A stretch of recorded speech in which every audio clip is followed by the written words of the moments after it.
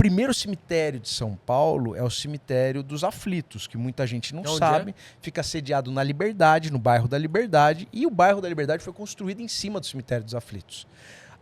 Teve gente que não continuaram lá os ossos. As pessoas simplesmente foram novamente soterradas aí pelo asfalto, pelos prédios.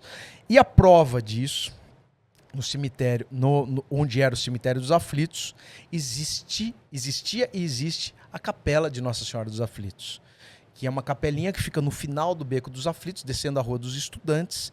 Tem uma capelinha que é a testemunha disso tudo que eu estou falando.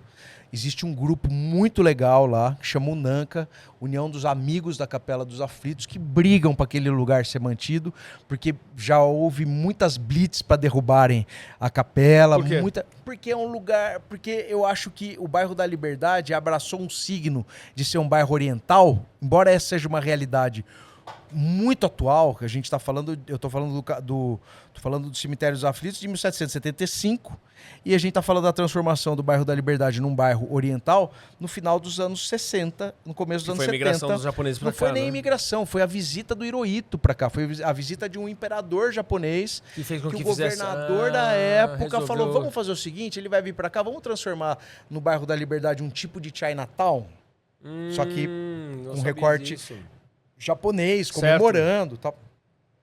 Então, a memória do bairro da Liberdade, que era conhecido como Sudacé, acabou sendo completamente apagada. Então, eu não sei se tem essa ideia de tirar esse lugar como último remanescente dessa memória negra, indígena do bairro da Liberdade, ou se de fato foi descaso mesmo, que também não é absurdo a gente imaginar, porque tem tanta coisa que a gente vê por aí que foi largada pura e simplesmente, mas o fato é que a Capela dos Aflitos é a capela do Cemitério dos Aflitos, um cemitério que foi soterrado pela cidade, e a prova disso foram construir um prédio do lado da Capela dos Aflitos, que quase derrubou a capela, e nesse prédio, quando foram fazer as fundações, o cara achou 9 ossadas. Estou falando isso no bairro da Liberdade, e no ano de 2018. O cara assustou, não sabia o que eram aqueles ossos, se aquilo era... Sim, algum assassinato que foi... Sei lá o que é isso, vou chamar as autoridades.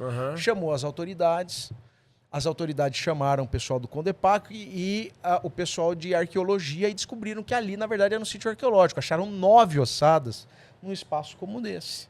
Um espaço...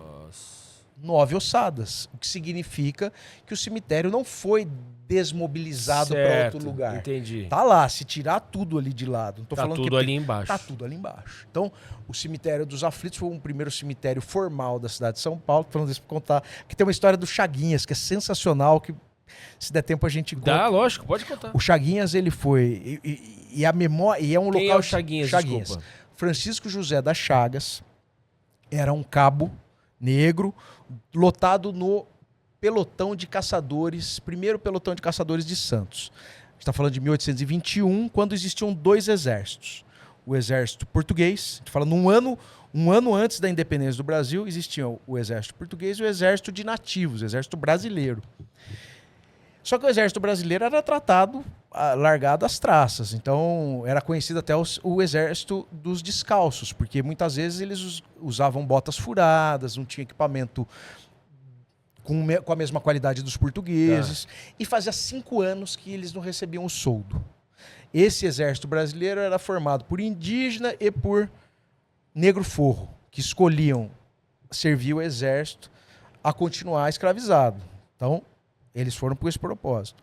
Passou 5 anos sem receber o soldo, os caras se insurgiram contra os portugueses, tomaram os fortes da Baixada Santista, numa revolta, uma das revoltas nativistas do Brasil, atacaram uma fragata portuguesa e conseguiram sustentar esse motim por 10 dias, mais ou menos.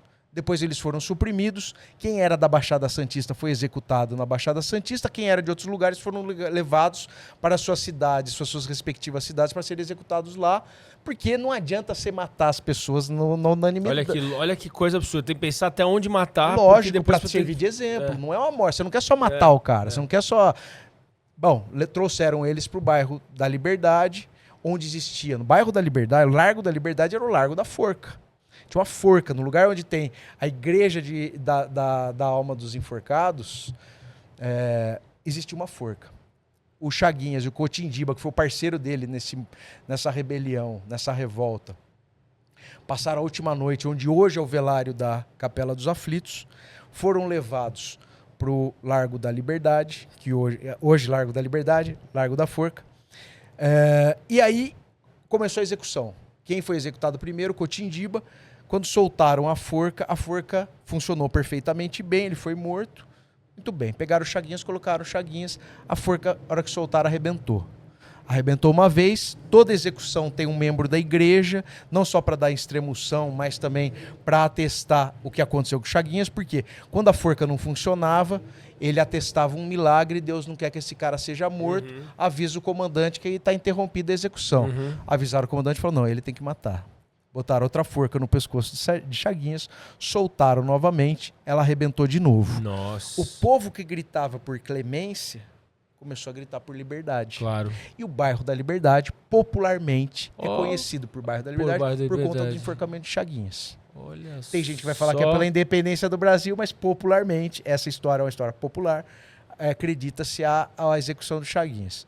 A terceira forca é colocada, eles reforçam com uma tira de couro, soltam a forca e aí tem duas versões. Uma que a forca arrebenta de novo e a outra que a forca não mata Chaguinhas, ela é solta e aí ele é morto por pauladas e por facadas dentro do partíbulo escondido do resto do povo que via e que gritava liberdade. Chaguinhas acaba virando um milagreiro, ele acaba sendo, eu gosto de chamar de milagreiro de cemitério porque isso não é demérito para mim. Né? Mas tem gente que chama de santo popular, não acho que é a melhor expressão, mas ele é considerado um santo popular, o santo do bairro da Liberdade.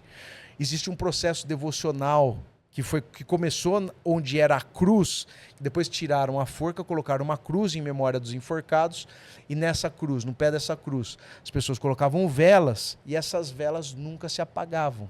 Nem com chuva, a mística diz que nem com chuva, nem com vento essas velas se apagaram, e aí eu não sei se é uma metáfora ou se é verdade, sim. Tanto faz para mim, de verdade. E aí, essa devoção foi transferida depois de um tempo para a Capela dos Aflitos, e ela foi mantida por 200 anos pelas Mães Pretas do bairro da Liberdade. Sensacional. Olha que historiona Nossa, de São Paulo. Em cima de um bairro que foi feito em Construído cima de um cemitério. Foi, exatamente. Doideira. E esse foi o primeiro cemitério formal de São Paulo.